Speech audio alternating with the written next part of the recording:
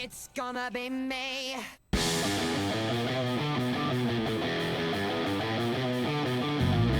Welcome to the Fantasy Footballers Podcast, coming to you from the FantasyJocks.com studios with your hosts, Andy Holloway, Jason Moore, and Mike Wright. Might as well ready. just get it out of the way. Get it out of the way early is what I figured. If you think that one drop is getting it out of the way, if you think that's getting it out of the way, you are sorely mistaken, my friend. It already is May. It's a terrible month because I get Justin Timberlake drops, and it's Jason's birthday today. Oh, what a great day it is. Happy birthday. 41. Don't you put that evil on me. No, you're 35 today. That is true. That is true. This could be the best year of my life. Could also be the worst. We have not yet lived this upcoming year. Stunning analysis. Welcome to the podcast. We're back again. We are not the Backstreet Boys or In Sync, but we are back again. And it's going to be a good one. We're going through the draft review, AFC winners and losers. Really is the best way to break down the draft for fantasy football owners. Look at who won, who lost. And we're not just talking about the players getting drafted. We're talking the teams they landed on and the positions they battle with. What a draft. Oh, man. That was highly entertaining. I am still exhausted from this weekend of just watching every single second of the entire draft. But that first round was spectacular. Oh, man, right off the bat was just craziness. You sure you're not exhausted from the bag of donuts that you just now hid beneath the desk? Well, I don't know what you're talking about. See, Jason celebrates a birthday week, and he just pulled the bag out. That bag has been open in here for several days, and you had your fingers in it just now.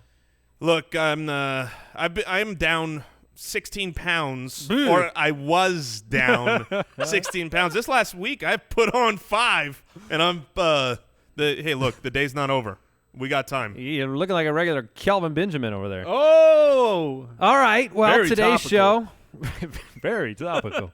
Today's show is going to be great. We're going to get into the AFC winners and losers. Like I said, I got a good quick question for you. Where do you find us on Twitter, Mike? You find us twitter.com/theFFBallers. I've never heard that said that way. Yeah, you're right. HTTP. No, at the FF Ballers. Follow Mike at FF Hitman. Follow Jason at JasonFFL. I'm at Andy Holloway. The website's thefantasyfootballers.com, and that's where you find all of our off-season articles, including some first-round reception perception from Matt Harmon, which is good stuff. And you'll be able to learn about our ultimate draft kit and lots of great stuff over on the website. More rookie landing spot things. We got a whole series going. The writers are breaking things down over there. It's fantastic. And fantastic. We also just kind of an announcement, because I know we've fielded a lot of questions about this. Are we going to have a rookie-only kind of draft list in the ultimate draft kit? And we are. And I believe we're going to even try to make that available before the launch of the draft kit for everyone's dynasty rookie drafts coming as soon as possible. As soon as possible. So, quick question, guys. Biggest fantasy football surprise from the NFL draft. The biggest fantasy football surprise from the NFL draft. What is it for you, Mr. Wright? Well, there's a lot of surprises, but I went with the Eagles not taking a running back. If you're following me on the Tweeter sphere, I talked about, I think it was in the middle of day 3, I was shocked. I was baffled that they had not taken anybody yet. And I said, are they really going to go into next year with Wendell Smallwood or Ryan Matthews as the big back? I mean, it was, and granted, they can make a move in free agency, but the fact that they didn't grab a guy for cheap in the draft that they felt like could replace him, I thought was extremely interesting. They got one of the all-time leading rushers, right, in the draft, the 170-pound guy later. Like I said, they didn't get a big back. And it's funny because when I look at that draft, I assume, okay, then Ryan Matthews looks like he will be back, which was going to be a surprise. But the beat writers are still saying they expect Ryan Matthews to get cut. So that's certainly a topic to watch for me. And we'll get into the rest. We'll talk more Eagles tomorrow on Right. the NFC or on Thursday. Yeah, for me, the biggest surprise when it comes to like just fantasy outcomes was what the Chargers did in their draft. This was the team that on last week's episode we were saying they don't have to go in any direction. They can go the direction that they want, that they see best for their team. And what they chose to do was focus on shocking. offense. Right, and that's fine. You've got a good D on paper. You got a good offense on paper. But their first 3 picks were all offensive, and those are the most important picks. 2 OGs. They got the big 6'4", 300-pound guards, and with the 7th pick, they took Mike Williams, despite having Keenan Allen and a slew of wide receivers. Tyrell Williams, Dontrell Inman, Benjamin, and Gates and Henry. So you put them in a position. We'll talk about the implications of those picks. Big surprise. Agree with you. For me, it was the Ravens not addressing the wide receiver position. That being said, I think the draft didn't go the way they thought it was going to go. I mean, with Corey Davis and Mike Williams and John Ross going in the top 10, suddenly you're sitting there in a position where you thought maybe the Ravens would get to choose between all 3 of them. I mean, I had Corey Davis going to Baltimore, Right. and yet that didn't happen. And so they did not address it through the remainder of the draft. Very surprising to me.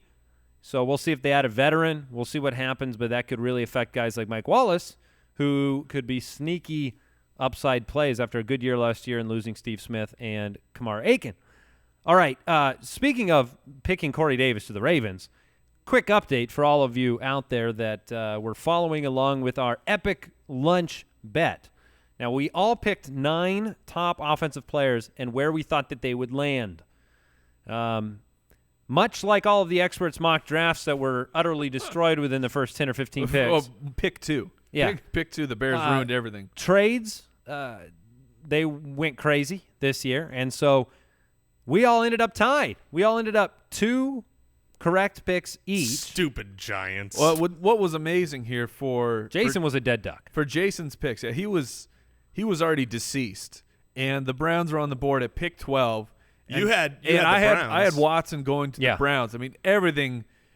You're just okay. Well, it's lined up on paper. Here we go, and then the Texans, who are in the 20s, move up, and that's who Jason had Deshaun Watson going to. So he gets completely bailed out with that one. Bailed out. Well, it didn't seem Home to be, run. It looked like the is the Browns. words were, I okay, would. sure, a home run. However, on the exact other side of that coin, the New York Giants are on the board. Everything has lined up for David And I'm Njoku. gonna take the win here Yes. because I've got Njoku going to the Giants, and we're all tied at 2s. Yeah, and we had agreed that if 2 people tied at the bottom, they were both going to take the punishment. And then they went tight end. But not the right tight end. Those mean dummies. So we're taking suggestions on Twitter for a tiebreaker. Yeah. Right now, we thought, the fun of the lunch bet is somebody picking something terrible for someone else to eat. So we didn't just want to all go out and get something gross to eat because we probably wouldn't do it right. So taking suggestions on Twitter for how to split the tie, ideas you might have for this offseason. So let us know. Let's talk news. News and notes from around the league. Before we jump into the news, just a quick update on footclanhelp.com. The participation, the generosity has blown my mind. Once again, Foot Clan helping out my aunt with her. She's trying to raise some funds for just a ton of dental surgery that she's had to get. She's already had some of it, and it's related to her struggles, her long-term struggles with lupus. So at footclanhelp.com, I'm telling you, she could not even fathom what was happening, the movement from the Foot Clan. And so quick update to that. For my hair, what I was not expecting was I put it out there. If you donate, you go #BunOff. We get to a threshold, I'm gonna cut my hair. Quickly, there was a huge Groundswell. There was a groundswell. There was a separate movement that I was not expecting of people voting to save the bun. So I sent out a video. Hopefully you saw it, and I said the only fair thing here is I'm a man of the people. I'm unverified. I'm with you. head-to-head. We got a head-to-head competition here of people trying to save the bun, people trying to get the bun cut off. So this is still running. The deadline is today. So at the end of day today? At the end of the day, I will tally everything up, and I will tell you it is neck and neck. Do you know who's winning right now? I do not. I haven't checked since yesterday, I believe. But it is very, very close. And if you want to weigh in on that and help my aunt out, it's a great cause. She's a great woman who just needs a little bit of help. So footclanhelp.com. Thank you. Well, hopefully we can get your hair off, as we just got your love for Kristen Michael. Oh. Yeah, we'll start with that. Okay. The Packers have released Kristen Michael, making how many times has Kristen Michael genuinely been released in the last 2 years? Is that 5 times? 4 times? In the last 2 years? Yeah. Twice he from was the Seahawks. Twice from the Packers. The Cowboys. Twice from 5 times. That's incredible. Now, he was technically cut from the practice squad for the Redskins too, right? Yes. So that's 6 times. Wow. 6 cuts. Well, I think Seattle, one of those was a trade. Seattle right? traded him the first time. Okay, 5 cuts in a trade. Sorry, Kristen Michael. Ty still Montgomery. love you. Ty Montgomery still the lead back, according to Mike McCarthy. We'll get into some of the draft implications on the Packers on Thursday for the NFC show. The Browns have released Gary Barnidge. It was winners fun and while it losers lasted. in the draft. I've just never seen a team move that quickly where it's like, I mean, maybe that's really a courtesy to Gary because they had signed Barnidge to an extension. Last year he didn't have many opportunities. Wasn't horrendous, just not as good as the year before. But they drafted Njoku, moved up for Njoku, and they gave Barnidge his quick release so he can go find another team, which he will. Yeah, I imagine he will find work. Surprising, Blake Bortles, 5th-year option, picked up by the Jaguars. Yeah, I was surprised at that as well. I think there's not a whole lot of upside here other than if he's great, they save a few million, but they're paying for him next year no matter what. So I think this is an indication that they are more connected to him than a lot of the rumors would appear to have led us to believe. No, that was not Sean Kemp running down the middle of the field. It might have been Kelvin Benjamin, though. Panthers coach Ron Rivera has said Kelvin Benjamin is a little heavy. I've seen reports saying he may have pushed 280 pounds this offseason. I think Rivera came out and disputed that, but yeah, he's a big boy. The conditioning is not gone his way. I think you could see it on the field. We had already told everybody last year that Kelvin Benjamin was a major regression candidate from, well, we actually told him that 2 years, 2 years ago before the injury, but you're talking about Benjamin being removed from that rookie season now, 2 full seasons, weight issue, cam issue, problems. And I will say, not a 1 or a 2 to me. The Panthers, we will talk to them, of course, on Thursday, but they're going to be extremely interesting with that high draft capital investment on Christian McCaffrey. It's well documented how they are not a team, they at least in recent history, they have not been a team that they're targeting the running back very often. And when they do, they're not good because it comes from Cam. Sure, it's not his strength. Yeah, the short passes is extremely not his strength. So, I mean, you could see just a completely brand new Panther offense, which maybe if teams have to scheme for McCaffrey getting things done, maybe Benjamin can get more open. I'm just trying to be optimistic. There are a lot here. of people who think the McCaffrey pick is a clunky fit for Carolina because of some of those aspects. Now, we knew, you go back to D'Angelo Williams' days, he caught a lot of passes, some with Cam Newton, but not – it's been a while. And Jonathan Stewart used to catch passes, but that's been worked out of his game. So Darren Sproles final year for Darren Sproles is what he says. He anticipates it being his final season. Heck of a player. One of those players that even he does make a fantasy impact, but even more, he's just, when you got him on your team, you have something special. So that came out today. Free agent running back, maybe you've heard of him, Jamaal Charles, visiting the Denver Broncos today. Mm-hmm. What are your thoughts on this? My thoughts are I cannot get the image of his knee in that picture out of my head. Yeah, if you haven't seen the photograph of Jamaal Charles' knee that was circulating a couple months ago, it looked like no other knee I've seen. Now, he claims it's fine.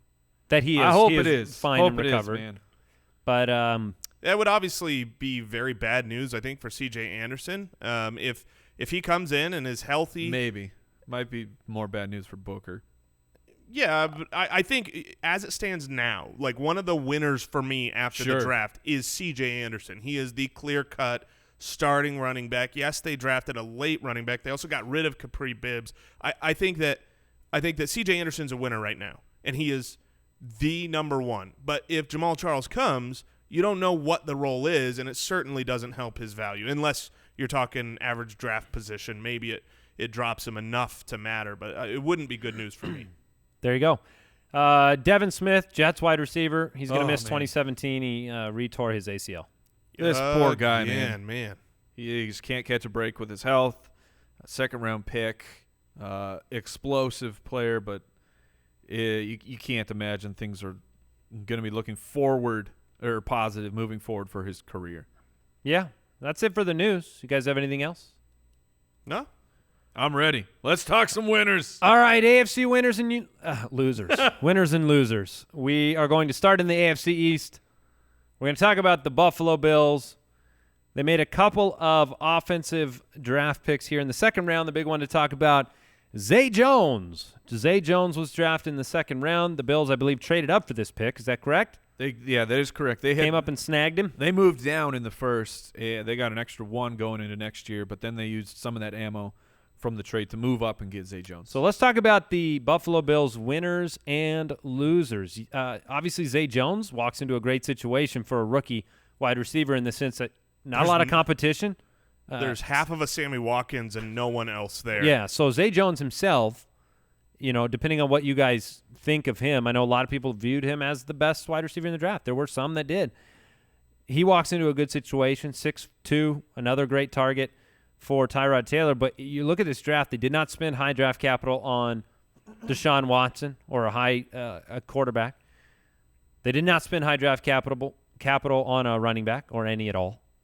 So LeSean McCoy looks like a winner. He is the biggest winner from the Buffalo Bills is LeSean McCoy. You had Mike Gillislee poached by the New England Patriots. So, I mean, now you have Jonathan Williams, who maybe he gets some dynasty juice here. Maybe not. But LeSean McCoy is just going to eat. Yeah. He's going to feast. The same way that you were surprised about the Eagles not drafting a running back, I looked at Buffalo and thought they have to get a running back now that they lost Gilly, and they chose not to. Now, if LeGarrette Blount, this would be don't do that. That would be a landing spot to me Don't that would do make it. sense for Blount, would make sense for the Bills, and would hurt Shady. But as of now, Shady is going to be moving up my rankings for sure. He has to be the center of the offense again, and you don't have that really successful goal line vulture there. I'd also say Charles Clay is a winner because you have an established pass catcher in Clay who, Robert Woods is gone. And yes, the rookie Zay Jones is coming in, but the trust level for Tyrod Taylor has got to be probably Clay 1, Watkins 1.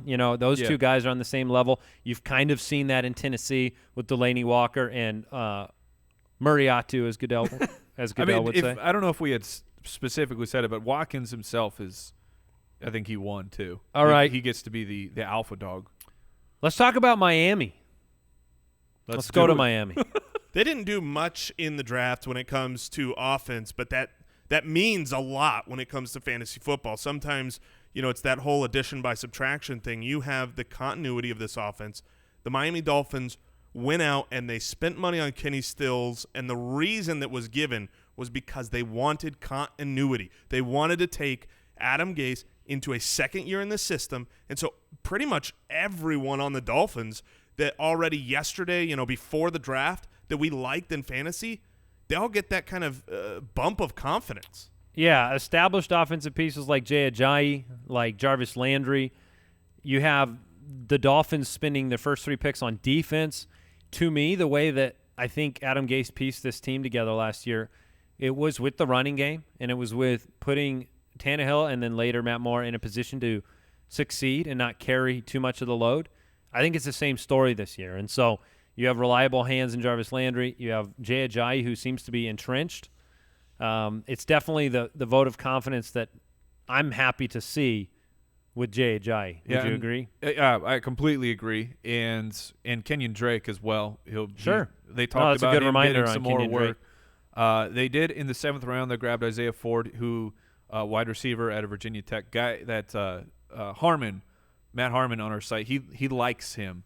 He called him an elite separator. So, unfortunately, a round 7 draft capital is never a good sign for a player of what teams view him as, but he's at least someone just to keep your eye on. Yeah, certainly. And before we get to talking about the Jets, we want to make sure, hey, Foot Clan, if you're out there, You always need a break right before you talk about the Jets. Hey, it's really important. Do not forget Mother's Day, okay? Do not forget it. It is coming up on May 14th. And don't forget all the different mothers, okay? So you've got your mother, you got your grandmother, you got your wife. If you have children that is also a mother, do not if you don't have children, don't give her a Mother's Day gift. Pro Flowers is giving the listeners of the Foot Clan an awesome deal. They're giving you 100 blooms for mom with a free vase for $19.99 plus shipping and handling. You can upgrade it to a premium vase and chocolates for $10 more.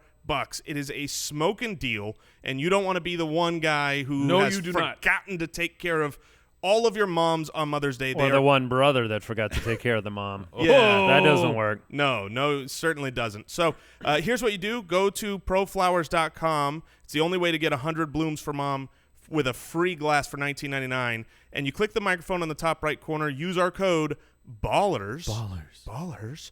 And that's proflowers.com. Code BALLERS when you click the mic. Get the stunning bouquet, and it sells out fast. So don't wait on that. No. Get it taken care of now. You don't have to buy that you don't have to worry about 2-hour shipping, emergency shipping. The Jets. Let's talk about the Jets. J-E-T-E. Jets. Wait, I'm glad someone else heard that. Oh, at the Jets, when they get to the rounds where they've got their players coming out and introducing, and obviously I did miss this. The Cowboys guy stole the show, and so after him, everyone's coming out and trying to rile up, say, "Oh, I'm great." He comes out and he's like, the Jets. He goes, J-E-T-E, Jets, and I had to rewind it because I was like, "Wait, did I hear that?" Oh, he did. He said that. Totally. I was in the car with my wife driving. That's nerves. And I'm listening to it on the radio, and she's like, J-E-T-E? And I'm like, no, he spelled it right. And then they start railing on him on the radio. They're like, let's see who the Jeté has taken in the draft. Well, the Jeté. The New York Jeté. Jeté. Oh, my goodness. That's the proper introduction for this 2017 team that looks. Yeah. Look, you look at potential winners, fantasy winners for the Jets, and you don't really find a lot of them because you don't really have a lot of players that are going to have a fantasy impact in New York this year, at least as of right now. There'll be players that come out of the woodwork and might give you some value. Like the runners will, Forte and blah, and maybe Quincy and Enunwa. But look, they didn't spend their first 2 picks on offense. They went with the wide receivers in rounds 3 and 4. So, my take was, hey, maybe Eric Decker gets cut and he can go find a fantasy home. Yeah, I still expect Eric Decker to be cut. Some people have said, why is Eric Decker so low in my personal rankings? It's because I don't believe he's going to be a Jet, and I have no idea where he's going to go. The biggest winner would be Bilal Powell to me because his opportunity is still going to be there. But the Jets look like a team that is ready to lose this year. I mean, that's – big winner, Christian Hackenberg. Sure. With McCown, though, Enunwa, maybe Robbie Anderson, somebody there will have fantasy value that's going to be just stinky garbage at the end of the draft that nobody wants that could produce. What if Eric Decker's there? Then he's still – if Eric Decker's in New York, he's a wide receiver too. If Eric Decker is in Arizona – 2. He's a wide receiver 2. If he goes up to Minnesota, even with all the guys they have up there, he's a wide receiver 2. Gotcha. Eric Decker's the man. All right. Well, the Patriots did all their work in trading draft picks. They didn't have a first or second rounder.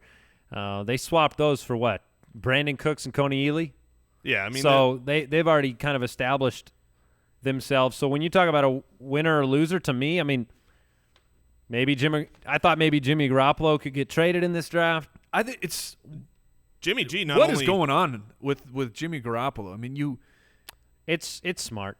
Is it? I Yes. think so. Because tell me that it's smart. All right, here's why it's because smart. Brady could go down. Yeah, because even though Brady says he wants to play another 4 or 5 years and you haven't seen him slow down, you've also never in the history of the NFL seen a quarterback at his age play another 4 or 5 years.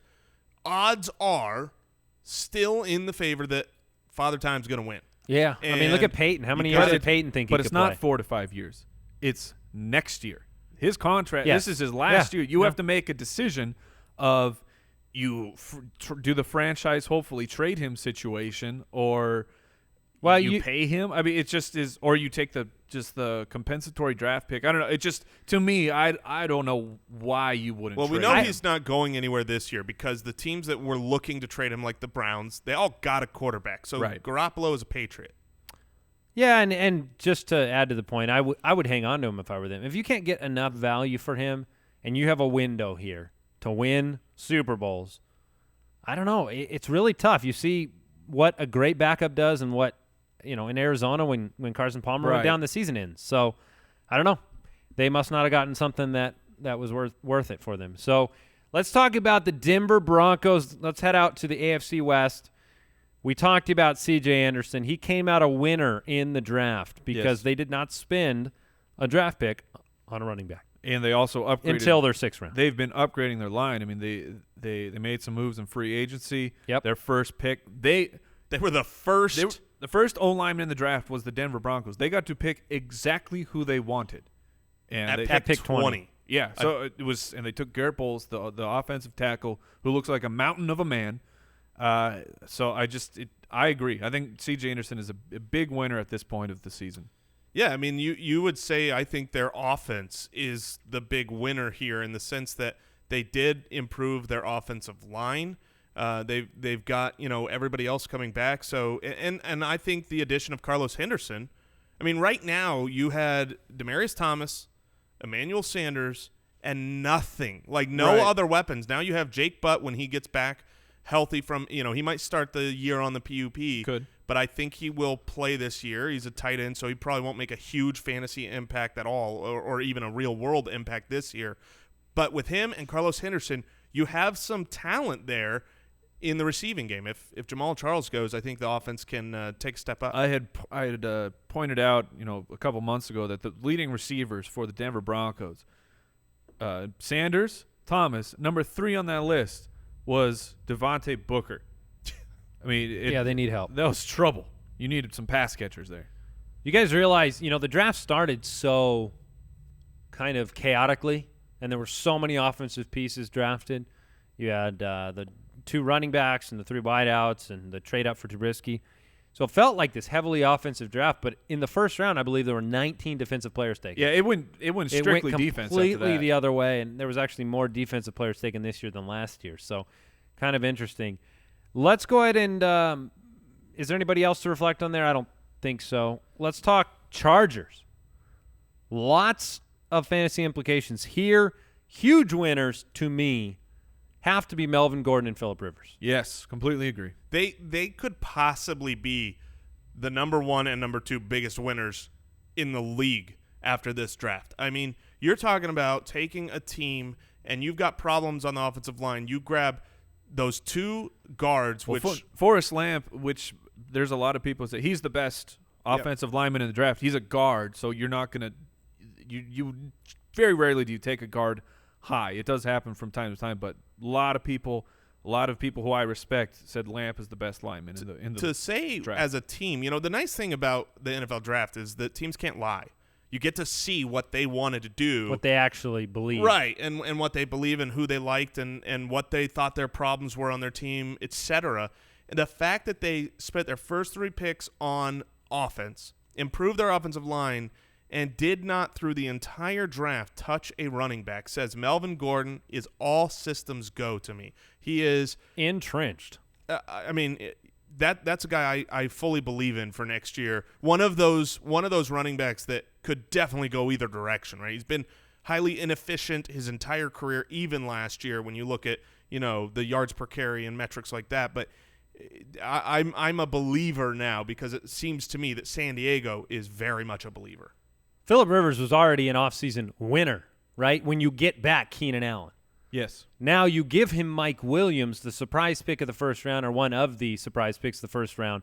To me, this is if your name isn't Keenan Allen, This is a bump down for you at the wide receiver position. High draft capital, Mike Williams, goal line opportunities. You might even say that it's a bump down for the combined projection for both tight ends because Mike Williams should be utilized in the red zone a lot. But you're talking about a bump, not something that necessarily puts these guys into the loser category because a better, more efficient offense, an offense that has these injured pieces back, it benefits everybody. Everybody's water level rises. So I do like it for Mike Williams. I think it's a great home for him. You know, he's definitely a winner in this draft. Yes. I mean, when you're he's my number one wide receiver in this draft, and he went and he got Phillip Rivers. Look, when you're drafted and you're going to Los Angeles and Jared Goff's not throwing you the ball, you are a winner in this draft. All right, let's talk about a team that was exceptionally active in the trade department. 3 trade-ups for offensive pieces. The Kansas City Chiefs. We had heard rumors heading into the draft how much they liked Pat Mahomes. Well, they put their money where their mouth was because they sent a lot to move up and grab Pat Mahomes at pick 10.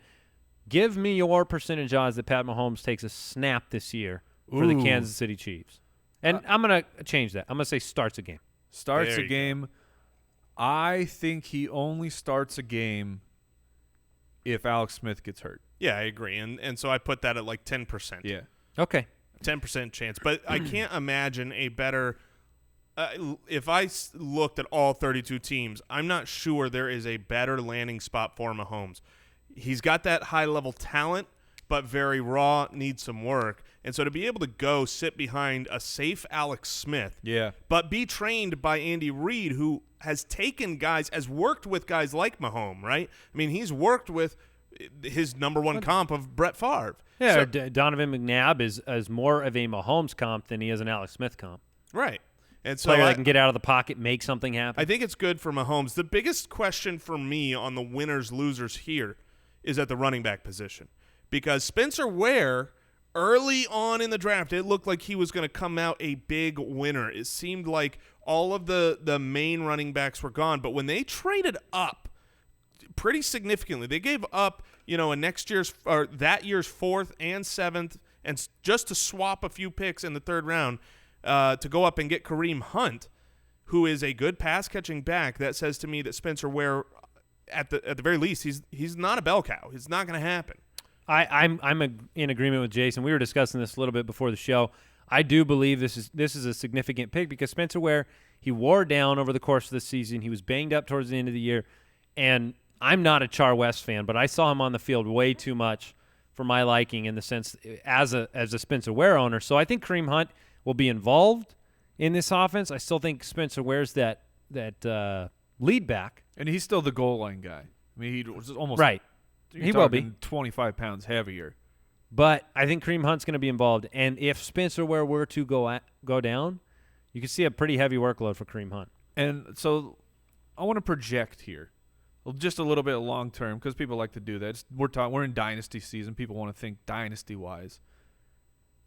All things to me point that Alex Smith has this year, and then they have a nice out from him next year. So I assume that Patrick Mahomes will be the guy.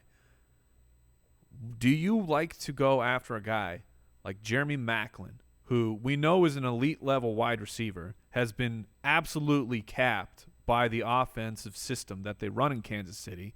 You have to imagine that cap will be raised, if not just completely obliterated, by Patrick Mahomes, who can throw the ball 80 yards. And Maclin right now, I mean, his value is very, very low.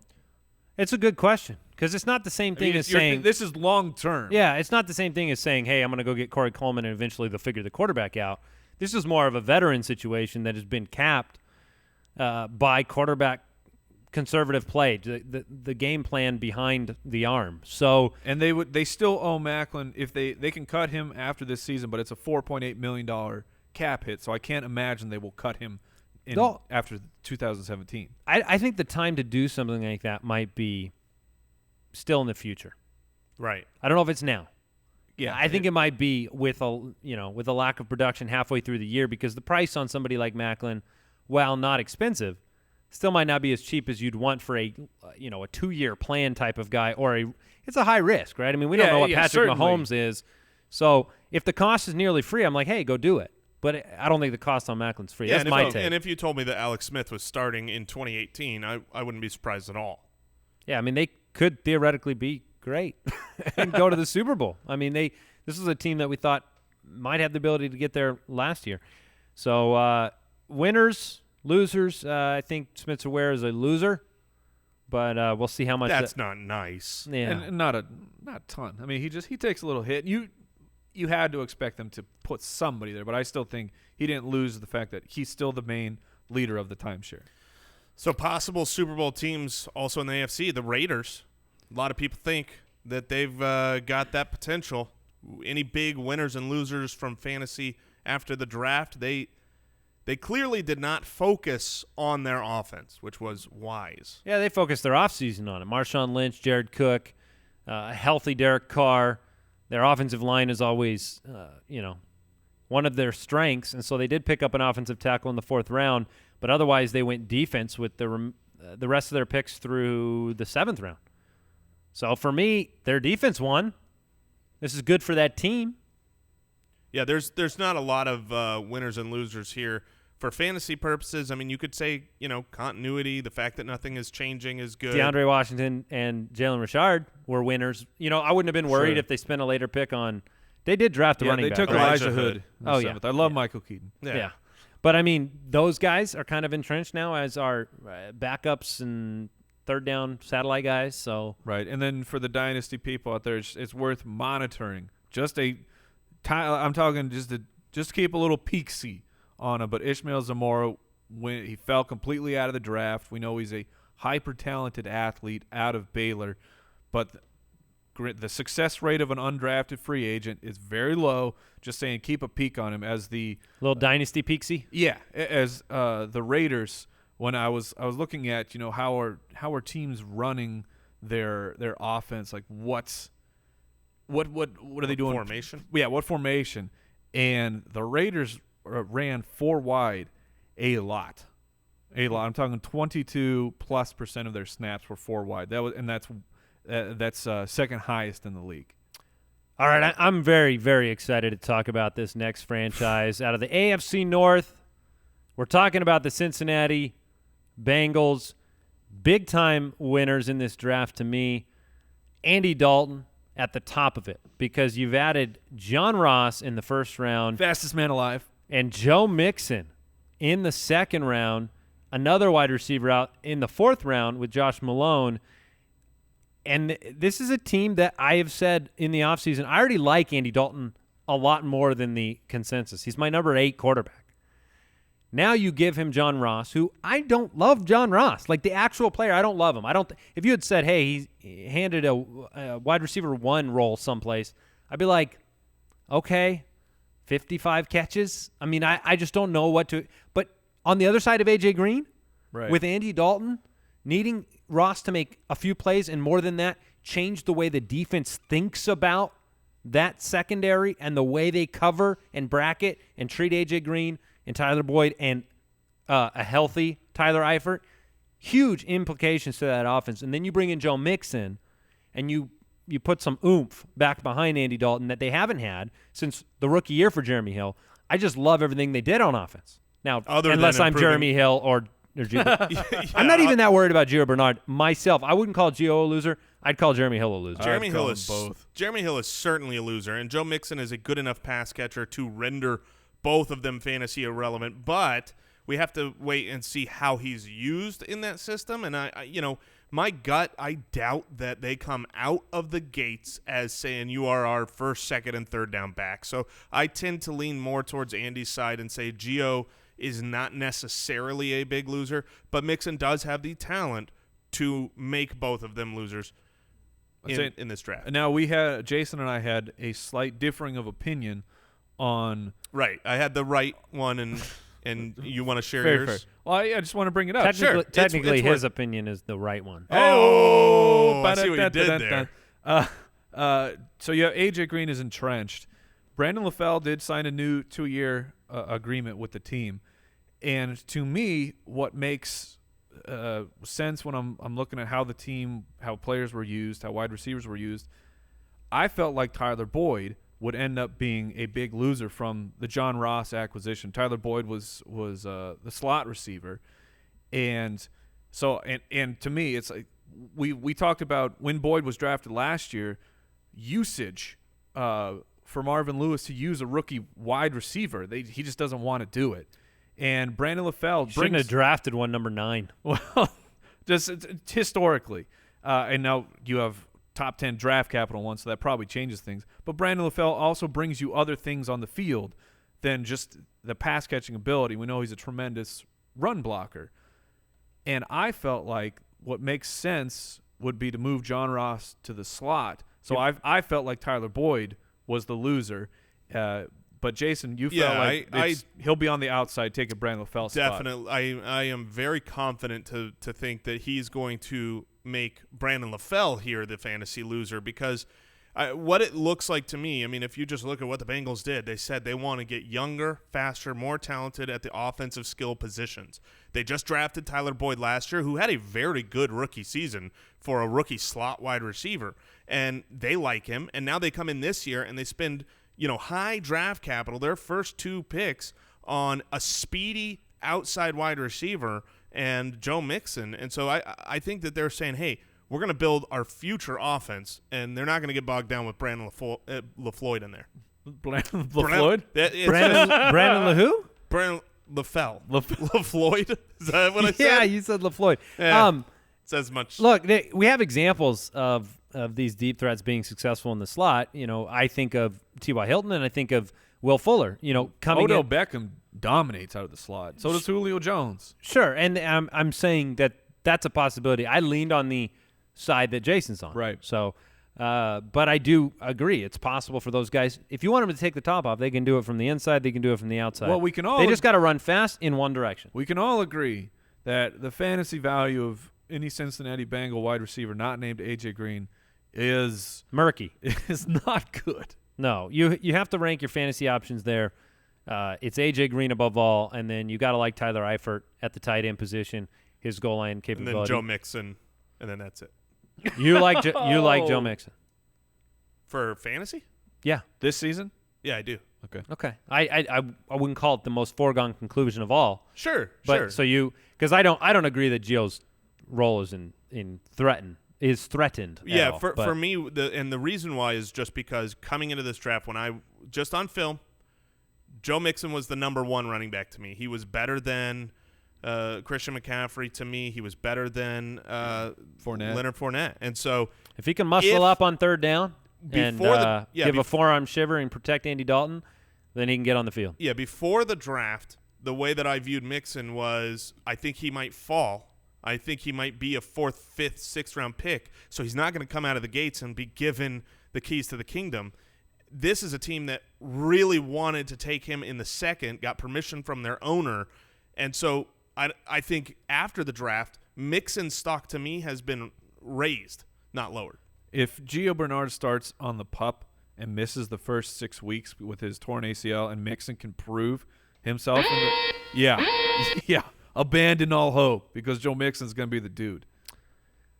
When a guy's the dude in Cincinnati, we saw Jeremy Hill 2 years ago just light the league on fire. So that'd be fun for dynasty owners. Jeremy Hill, it was fun. Oh, are you ready to say goodbye? Well, we have contract year Jeremy Hill. He's got a new workout regimen. Not yet. I'm not ready. I can't deal with diary entry for Jeremy Hill. I can't have Kristen Michael getting cut and then abandoning Jeremy Hill on the same day. Yeah, you'll be broken. What do you want from me? The news is good with Amir Abdullah, so Why is that tattoo on your arm not like Jeremy Hill? I mean, that because he's on my chest. Should have been in memorandum. We know where he is. He's by my heart. Oh yeah, and Amir Abdullah owns the offseason, by the way, so he can enjoy all of the treats that the offseason news can provide. He's always the starting running back for years. All right, Cleveland Browns. Woo-wee! Can I get a key off for the Cleveland Browns? Man. Cleveland. They get a key out. They had so many darn picks, but at least they used them well. David Njoku, they traded up to grab David Njoku, cut Gary Barnidge. Are there really fantasy winners and losers from this roster based on the draft, or are we all just keying because we know the future is brighter than it was a week ago for Cleveland. Yeah. Go ahead. I think Isaiah Crowell and Duke Johnson are winners because there were that's big. There were rumors that they might take a running back. They I was certainly freaked out, bro. had the capital for it. And I think because of their offensive line that's been, revamped to be such a good offensive line on paper, had they taken a running back, that would have really, messed things up. So they are big winners. Njoku is not a big winner going here for the first year. We completely disagree. Now, I'm saying year one. I'm saying I disagree with you. You're saying he makes a fantasy impact Absolutely. year one? I love David Njoku this year. Love him. Love him. That's a strong take. That is a strong take because there are very few examples of good fantasy impacts. David Njoku's one. Well, hey, you know my love for David Njoku. I think the guy is unbelievable, and I think the Giants are going to regret. Maybe they won't regret because I think Evan Ingram will be fine for them, but I still believe they took the wrong tight end. Who's catching the ball? Kenny Britt, Corey Coleman. David Njoku. If it's Cody Kessler, I love David Njoku. If it's Deshaun Kaiser, I love David Njoku. I think this is a great situation for him. From the moment Gary Barnidge picked up his pink slip, I love what the commitment that they made to him. I understand not every rookie tight end, and it's very rare for them to make a big impact. To me, it's a perfect situation. You have protection on the offensive line. You have a quarterback, whether it's Kaiser or Kessler, who needs a secure David Njoku size 6'4" blanket to throw the ball to. And to me, I love him. He's going to be one of my favorite guys this year at the tight end sleeper position. We're going to have to talk rookie picks here. Because I'd love to know how I am in prime David Njoku drafting position. Are you in the which side does your pendulum swing?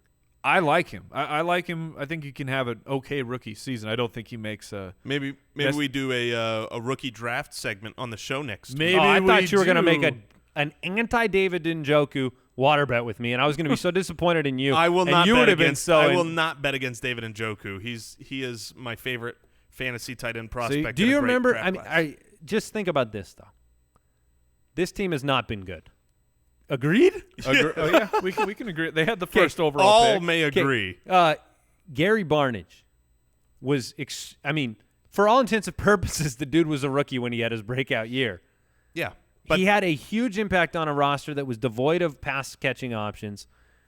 I think it was far more devoid of pass-catching options than it is now. Yeah. 2 years, because what did Gary Barnidge do last year when Terrell Pryor was there and there were just a couple other options? He didn't do as much. It was when he was the only show in town where he had a real breakout. Now you've got year 2 Corey Coleman. It all just depends on what that rank really means. To say I like Njoku where he ends up when we get all the rookies into the rankings because, I don't know where that's going to be. All right. We'll know soon enough. They got your favorite tight end. They got my favorite quarterback in Deshaun Kaiser. I think that the future looks spectacular for the Browns. And just a tip of the cap for handling the draft. They didn't freak out with the first pick. They took the right guy. They were able to trade down. They just so many amazing things for the Browns. It's funny. I tweeted out that they got my number 1 quarterback because Kaiser is also mine. My number 1 tight end for fantasy, and everyone's number 1 overall player. Plus, they added like a first next year. They just did great. The most responses I got on that tweet was, "What? Kaiser's your number 1? I stopped listening to you when you said Kaiser's." I'm not alone in that, and I think he's. I got one of those for doubting Cody Kessler. Well, come on. Fair enough. We're all full of opinions. The Ravens, like we said earlier, they didn't draft a wide receiver. Doubting Cody Kessler. They also didn't draft a running back. Yeah. They also didn't draft an offensive weapon of any kind. No quarterbacks, no wide receivers, no running backs, no tight ends. They got if some you're a guards winner, late. You're Brashad Perryman, you're Mike Wallace. Huge win. You're Dennis Pitta. Huge win for Perryman. Mike Wallace will be I think a tremendous value. He'll be in that, probably 6 to 7 range, but that he'll be a value there for his potential, and that might make that whole lack of investment into, even though they didn't have a choice necessarily, that actually might make Joe Flacco a loser because losing Steve Smith and losing Kamar Aiken and getting nothing in return at the pass catching position Doesn't really strengthen Joe Flacco, but who's drafting him anyway? I still don't think Wallace will be in the 6th round. I think you're going to get him 8th, 9th round, and but he'll we be agree an that he's a incredible value. Yeah. And I'll water bet you that. And then the other winner is Kenny Dixon. I mean, You want to go 8th round? Oh, hold on. No. I said 8th, 9th round. That's what I said. You said, I'll water bet you that. What do you mean go 8th round? I mean that his ADP will not be ahead of the 8th round. Oh, easily. Yeah. Oh, put it on the board. Water bet. And just for context, I don't dream that he's going to go ahead of guys like Dante Moncrief, Emmanuel Sanders, Golden Tate, Deshaun Jackson. That's 7th rounders right now. So feel like I already won the bet. Well, all right. Put it on the board, Brooks. But they're committed now to Kenneth Dixon and Terrence West. I mean, Terrence West is the unspoken. He's like Voldemort because on that team. Nobody likes Terrence West in the fantasy community. I want him. I do too, but I mean, you No, you don't don't. get Yes, I do. I'm just saying, once you have him, you don't. Because last year he was painful. Once you knew you could start him, he was painful to own. Before you knew you could start him, he was a delight to own theoretically, but nobody ever played him. That was the problem last year. Is you had this situation where he really is legit, and then by the time that happened, you didn't know what to do. Yeah, I mean, West finished as an RB2 last year, right? He was the 23rd overall in half-point formats. At the end of the year, when Dixon was more involved, you also had Terrence West just as involved in those games, 13 carries, 13, 10, 10. And so the fact that he starts the year with 4 games to try to, prove himself there, I think Terrence West is just very much not liked. No one enjoys having Terrence West on their team, but I do agree that provides a value. In fact, I look at most of the Ravens and I say most of the Ravens are values because I think they're not going to be wanted, not going to be drafted high, and they're going to at least come back with production at the level that you draft them this year. I will say his offensive snaps per game certainly backs up what Andy's talking about. He doesn't get the snaps that you want, but of where you'll be able to get him in the draft, I think he'll end up being a good target. All right, let's wrap up the AFC North. The Steelers, they spent a 2nd-round pick on Juju Smith-Schuster out of USC. They drafted a running back in round 3, James Conner. Who are the winners and losers for the Pittsburgh Steelers? Well, I mean, if we're going to talk about the Steelers, we got to bring up the Martavis Bryant tweet.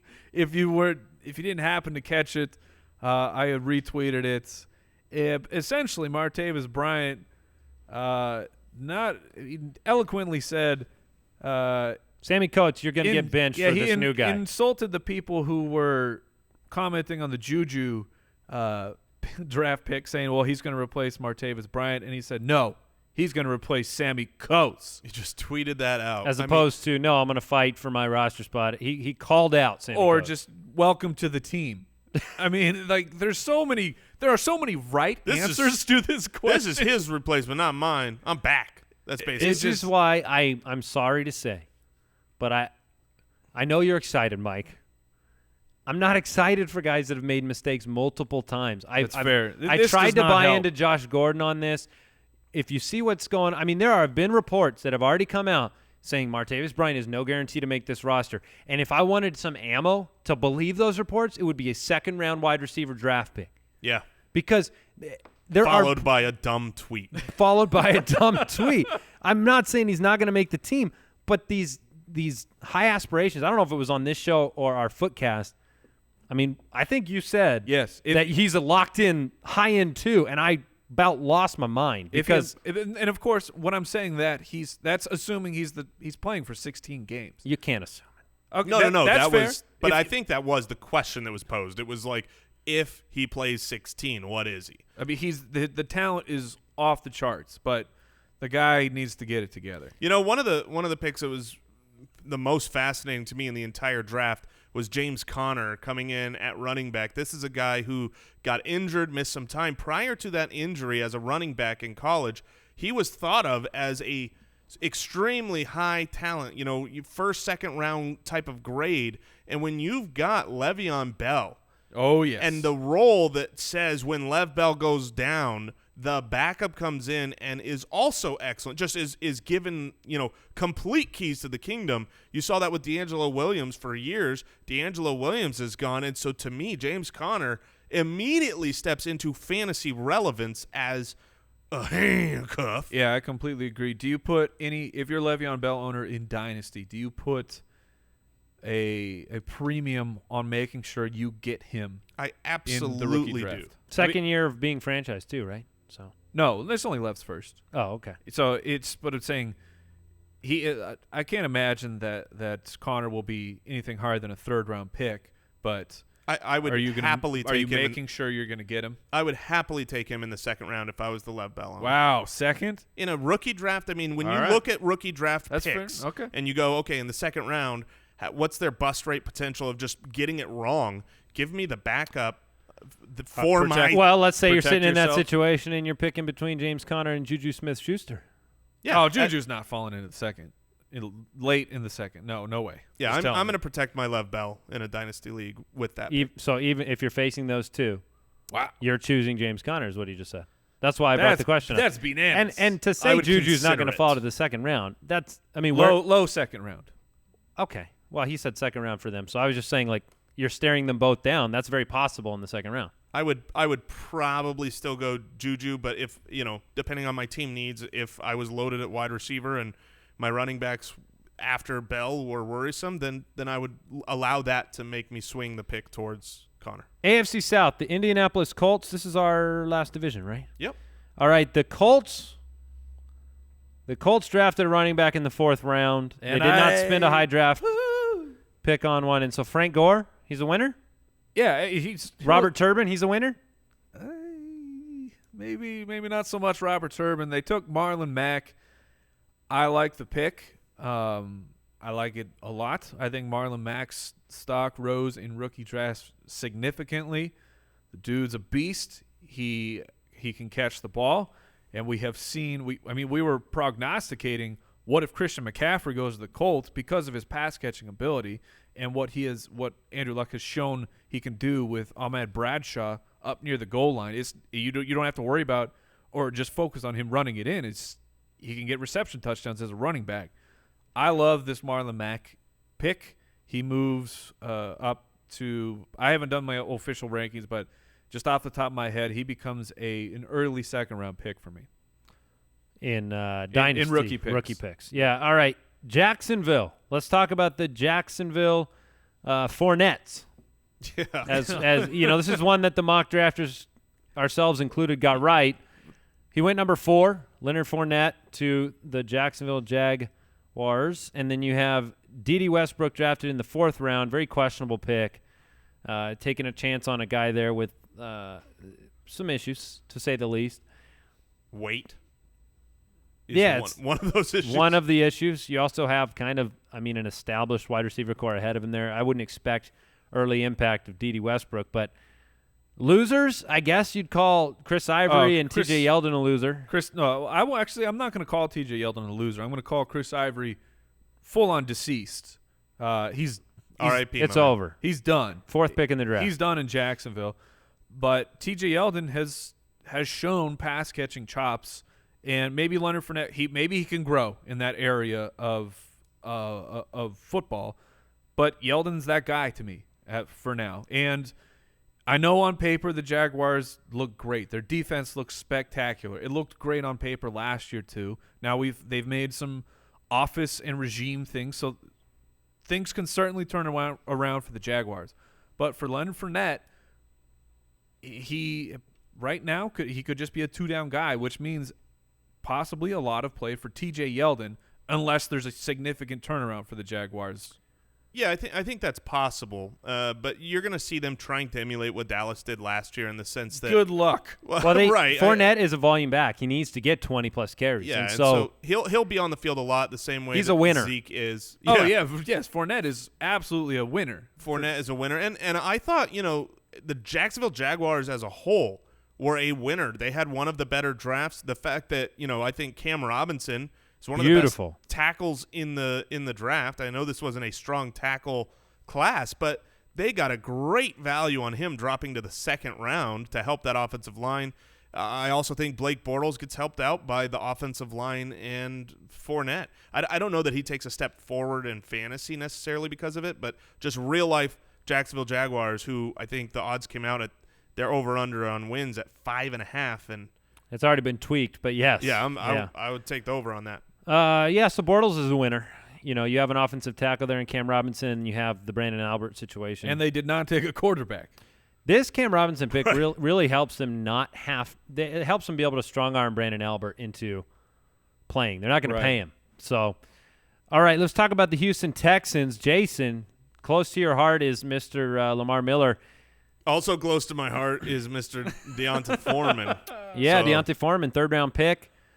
Great pickup for BFFs, Houston. Man. I know. BFFs forever. So now what's the fantasy implication there? Is Lamar Miller a loser? I think so. I think Lamar Miller takes a bump down here in the sense that he was the only show in town. You saw him get the usage last year that should have come with more fantasy production. Now, Lamar Miller's always been a lower volume, high efficiency guy. When he got all the volume, he wasn't quite as efficient. So maybe Deonta Foreman. He went full teeter-totter. Yeah.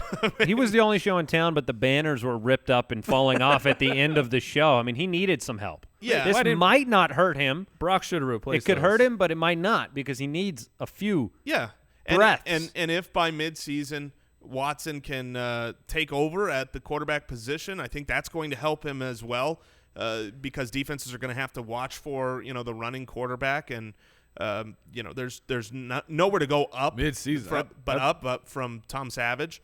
I think Watson starts week 1. No, maybe not. I don't can care see it either way. Bill O'Brien, I do not care what he is saying. I think right Deshaun now. Watson will start week 1. I think that'll happen in the preseason. I don't think we'll see it until about week 3. If it did, I would not be shocked. I guess the only thing is I just think from a guy who never went under huddle ever. So run a no-huddle offense. Yeah. Problem Bill solved. O'Brien has one of the more complex offenses in the NFL. So. DeAndre Hopkins, Will Fuller could end up winners, with Deshaun Watson in there. Look, anything not named Brock Osweiler is a bump up. Yeah. Consistency-wise. That's fair. So, the Titans, the last team we're going to talk about today. Remember them. The Titans. Corey Davis at number 5, pick 5. Corey Davis. We thought maybe I had picked Corey Davis, I think, going in at 14 to Baltimore. Yeah, I had the Cardinals and I at had 13. Mike Williams later being drafted by the Titans. I thought they'd use that second pick, not start a wide receiver run, but whatever, it happened. Now Corey Davis is a Titan. Biggest winner here to me is absolutely Corey Davis, because Corey Davis was mocked out of the first round over and over and over leading up to this, and that was a lot of that was due to health concerns that we don't know all the when I say we, the fantasy community doesn't know the medical reports, whereas the teams do. If you're going to go and take the 5th pick and say we believe in this guy because the film agreed. I mean, most people in the fantasy community had him as the number 1 wide receiver. All of those things come together to get a young, long-term quarterback in Marcus Mariota paired up. I think that overall he's my 101 in rookie picks for sure. Corey Davis is. So I think he's a huge winner to me. And then they spent a 3rd-round pick on Tywan Taylor. Another good wide receiver. Traded up for him. Yeah, and when you talk about who is the loser, I think it's Tajay Sharp. I think that Rashard Matthews is versatile. He retains his role, and Sharp is unfortunately the guy who gets pushed to the side here by Corey Davis. And they talked about for Taylor. I've already heard them talking about he'll go in the slot. We're gonna run 3 wide more, which that's great news for Marcus Mariota.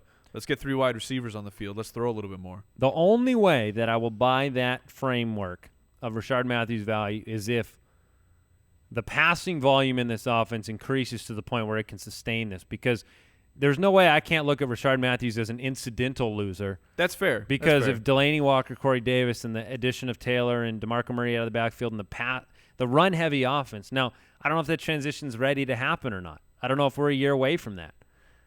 From a volume perspective. And so for me, when you have a low volume, it's really hard for me to buy into Rashard Matthews. Now the draft cost is going to be free, so take a shot if you want. But yeah, I will agree with that last part, that the draft capital is going to cost you nothing. Might as well take a shot. But you have a low volume passing offense. You have a wide receiver who was unsustainably high in touchdown rates per reception. I mean, he I completely agree. He was built on the touchdown, and then the team comes and with the 5th pick in the draft goes wide receiver.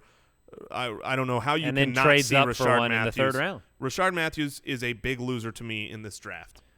Yeah, he was only a 65 catch guy last year when he was alone and dancing by himself. Sure. He to me was a guy who like I'm looking at it right now. He had 5 of his touchdowns were 4 yards or less, or 7 yards or less.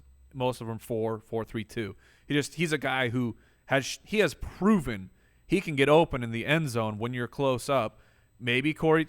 I don't know how you can wrinkle your nose at something. There's proof. What's the proof that he did it for 1 year when they didn't have any other wide receivers?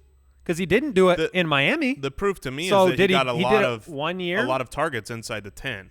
And that's and he was good. efficient with them. It's just saying that Corey Davis, for how great we think he is, he hasn't proven that in the NFL yet. I'm just saying. I think we agree. Didn't we agree the other day? We thought 804 might be a realistic season for Rashard Matthews. It could be a lucky season, maybe. I think he's closer. I think he's around 6 or more, personally.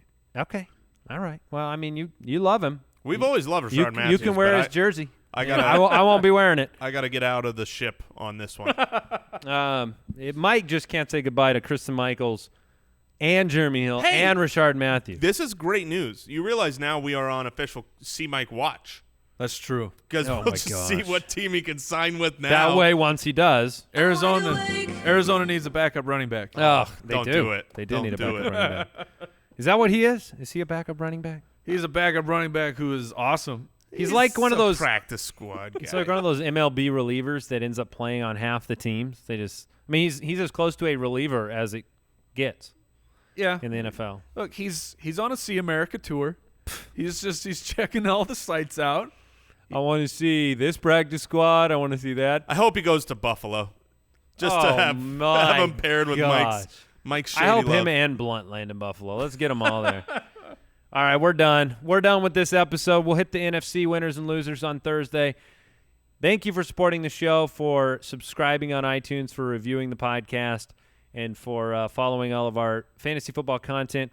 Always feel free to reach out to us. Let us know what you like about the show, what you don't. We're trying to make it the very best it can be each and every week. So thank you very much for tuning in.